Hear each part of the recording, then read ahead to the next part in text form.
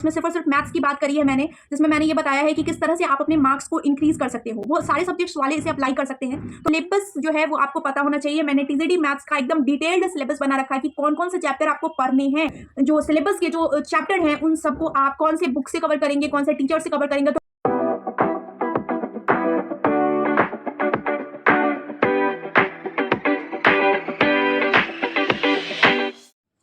हाय guys, नमस्ते, welcome और welcome back to my channel. कैसे हो आप सब? आई होप आप सब बहुत अच्छे होंगे और आपने अपने टीआरई 4 की जर्नी को फिर से स्टार्ट कर दिया होगा, अपने प्रेपरेशन को फिर से स्टार्ट कर दिया होगा। अगर आप भी वैसे पर्सन हैं जिनका टीआरई 1, 2 या 3 में से किसी भी एग्ज़ाम में थोड़े मार्क्स से छूट गया है, आपका कट ऑफ आप क्वालिफाई नहीं कर पाए हैं, क्योंकि we all know that the cut off is increasing day by day और मैथ्स के कट ऑफ बहुत ज़्यादा जाते हैं।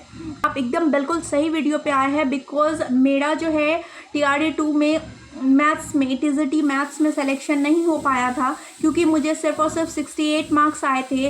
और मैं अगर ईडब्ल्यूएस कोटा से बिलोंग करती हूँ, फीमेल ईडब्ल्यूएस का, उस टाइम कट ऑफ 78 गया था। And this time in TRE 3 I have been selected as TGT maths teacher and I have scored 91 marks in this exam and I have been selected.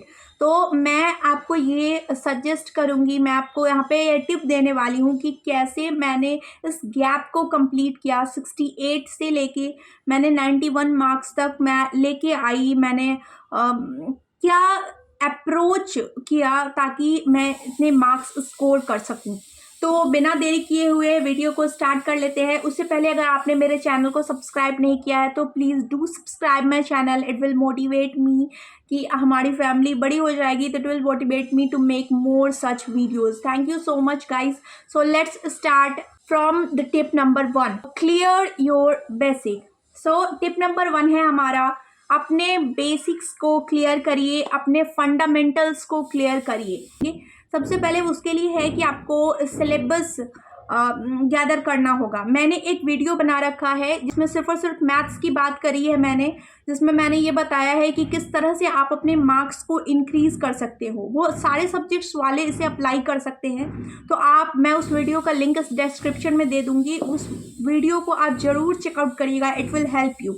तो मैं आपसे क्या बात कर रही थी कि सिलेबस, तो सिलेबस जो है वो आपको पता होना चाहिए। मैंने टीजीटी मैथ्स का एकदम डिटेल्ड सिलेबस बना रखा है कि कौन कौन से चैप्टर आपको पढ़ने हैं टू क्रैक टीआरई 4। तो आप उस वीडियो को भी जरूर चेकआउट करिएगा, मैं उसका लिंक भी डिस्क्रिप्शन में दे दूंगी। कि क्योंकि जब भी हम कोई एग्जाम स्टार्ट करते हैं तो हमें पता होना चाहिए कि हमें कौन कौन से चैप्टर्स कवर करने हैं। तो जब आपको चैप्टर्स पता हो जाएगा तो आप उसके बेसिक्स को क्लियर कर पाएंगे।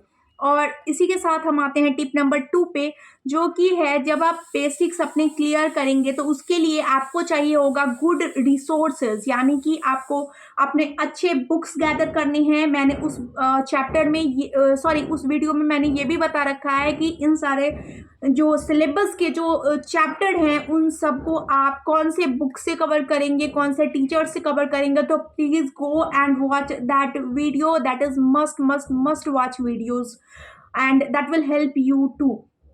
तो आपको क्या करना है कि सिलेबस गैदर करने हैं और अपने रिसोर्सेज को गैदर करना है और उसे लिमिटेड रख लेना है। यानी कि आप जिस भी टीचर से पढ़ेंगे उनमें फेथ रखते हुए आपको वहां से अपने सिलेबस को, अपने बेसिक्स को क्लियर करना है। Let's talk about tip number 3 is attempt more and more MCQ. जब आप अपने बेसिक्स को क्लियर कर लेंगे तो अब आपको करना क्या है, आपको एमसीक्यू बहुत सारे लगाने हैं। मैंने वैसे उन दोनों वीडियो में मैंने बुक्स की बातें करी है, फिर भी मैं एक बार यहाँ पे क्विक बता देती हूँ कि एसएससी की जो बुक आती है प्रीवियस क्वेश्चन वाली, उसको बना सकते हैं आप, क्योंकि उसमें वैरायटीज ऑफ क्वेश्चन मिल जाएंगी आपको। तो कुछ क्वेश्चंस आपको अटेम्प्ट कर लेने हैं। आर.एस. अग्रवाल की जो 9-10 की बुक्स आती है उसको अच्छे से सॉल्व कर लीजिएगा। और मैं तो सजेस्ट करूंगी कि 6 to 10 तक के बेसिक्स को आप क्लियर कर लीजिएगा, अच्छे से क्लियर कर लीजिएगा, क्योंकि अगर आपको बेसिक्स नहीं आएगी तो आपको हाई लेवल क्वेश्चन में प्रॉब्लम आएगी। और उसके बाद इसी के साथ हम आते हैं टिप नंबर 4 पे, हाँ, टिप नंबर 4 से पहले मैं बता दूं, आप टेक्स्ट बुक ऐप का भी यूज़ कर सकते हैं। By the way, this is not a sponsored video. मैं बस पर्सनली जो मैंने किया है वो मैं आपको बता रही हूँ। तो टेक्स्ट बुक ऐप से भी आप क्वेश्चन को सॉल्व कर सकते हैं, क्योंकि आपको वहाँ पे वैराइटीज़ ऑफ क्वेश्चंस मिल जाएंगी फॉर प्रैक्टिस। तो वहाँ से एसएससी वाले क्वेश्चंस आप निकाल के प्रैक्टिस करिएगा, या टीचर वाले भी क्वेश्चंस होंगे वहाँ से निकाल के आप प्रैक्टिस कर लीजिएगा। This take me to tip number 4। तो ये 4 नंबर टिप में मैं आपको सजेस्ट करूँगी कि जो भी क्वेश्चंस आपसे नहीं बन पा रहे हैं, यानी कि जिस क्वेश्चन में आपको प्रॉब्लम फील हो रहा है, उस सारे क्वेश्चंस को क्या करेंगे, आप गैदर कर लेंगे कि इस टाइप के क्वेश्चंस में मुझे प्रॉब्लम आ रहा है, उससे रिलेटेड जो फॉर्मूलाए हैं और उससे में आपको प्रॉब्लम आ रहा है, तो आप क्या करेंगे, उस फॉर्मूलाए को, उस क्वेश्चन को आप लिख लेंगे कॉपी में, नोटबुक में लिख लेंगे और उसको बार बार रिव्यू करेंगे। तो उससे क्या होगा आपका कि आपको ये क्लियर हो जाएगा कि इस टाइप का क्वेश्चन मुझे अभी नहीं बन रहे हैं, लेकिन फिर जब आप उसे बार बार रिव्यू करेंगे तो फिर वो आपसे क्वेश्चन वहाँ पे बनने लगेगा। और उसके साथ साथ आप फॉर्मूलाए भी, जो आप नोट्स बनाएंगे उनसे आप फॉर्मूलाए लिखेंगे, और फॉर्मूलाए की कॉपी, मतलब उसी फॉर्मूला कॉपी में ही आप क्वेश्चंस के टाइप लिख लीजिएगा जिसमें आपको इश्यू आएगा, और उसे ही आप रिव्यू करिएगा। चलिए, let's come to the tip number 5, which is attempt mocks. जितना ज़्यादा से ज़्यादा हो मॉक्स अटेम्प्ट करिएगा after the completion of syllabus. This is most important. आप पहले सिलेबस को अच्छे से कंप्लीट करिएगा। सिलेबस जब आप कंप्लीट करिएगा तो नोट्स, प्रॉपर नोट्स बनाइएगा, और जो क्वेश्चन एमसीक्यू क्वेश्चन सॉल्व करेंगे उसमें एक डिफरेंट टाइप का क्वेश्चन होगा जो आपको हार्ड लगेगा, उसको भी नोट करिएगा, फॉर्मूलाए को नोट करिएगा और उसको रिवाइज करिएगा। एंड क्वेश्चन मॉक टेस्ट लगाइएगा। मॉक टेस्ट को प्रॉपर एग्ज़ाम की तरह दीजिएगा, जैसे आप बैठ के प्रॉपर एग्ज़ाम की तरह टाइमर लगा के दीजिएगा। मैंने एक लास्ट वीडियो भी बनाई थी कि प्लीज़ आप उसे भी देख लीजिएगा, उसके लिंक मैं डिस्क्रिप्शन में दे दूँगी। ये लास्ट डे की वीडियो है वो। और उसके बाद द नेक्स्ट टिप इज़ कि जब आप मॉक टेस्ट लगाएंगे उसमें आप टाइम मैनेजमेंट करेंगे, क्योंकि आपको जब टाइम मैनेज करने नहीं आएगा, आपको ये समझ में नहीं आएगा कि कौन से क्वेश्चन को मुझे क्विक बनाना है। और क्विक कैसे बनेगा, जब आप प्रॉब्लम सॉल्विंग स्ट्रेटजी अपनाएंगे। जैसे कुछ क्वेश्चन होते हैं जो आसानी से डिफरेंट अप्रोचेस से बन जाते हैं। तो मैथ्स में जो है वो मेनली हमारा टाइम मैनेजमेंट बहुत इंपॉर्टेंट हो जाता है। और सिंस आप जानते हैं कि हमारा जो कट ऑफ है वो हमारे मैथ्स के मार्क्स और हमारे लैंग्वेज के मार्क्स और हमारे डीओबी पे डिसाइड होती है, तो आपको लैंग्वेज में भी अच्छे क्वेश्चन सॉल्व करने हैं।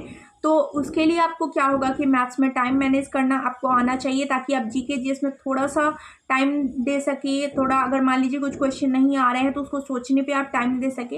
इसलिए मैं आपको कहूँगी कि आप मॉक टेस्ट सिलेबस कंप्लीट कर लीजिए। और अगर आपको ये जानना है कि सिलेबस स्ट्रेटजी जाननी है, तो मैंने बहुत सारे सीरीज़ दे रखी है, वहाँ से जाके आप एक आइडिया ले सकते हैं कि कैसे आप रूटीन बना सकते हैं अपना to complete the syllabus.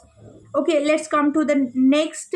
That is the last point, but not the least. That is very important. That having a positive attitude is most important. अगर आप कितना भी मेहनत कर रहे हैं और आप ऑलवेज यू थिंक दैट नहीं मेरे से नहीं होगा, मेरे से नहीं निकलेगा, मुझे प्रॉब्लम हो रही है, मेरे से तो बनता ही नहीं है, तो ये आपको नीचे की तरफ ही ले जाएगी। So I would strongly suggest you कि आप एक पॉजिटिव माइंडसेट रखिए और एकदम दिल से प्रिपेयर करिए। एकदम इस बार तो आपका फाइनली सिलेक्शन होने ही वाला है।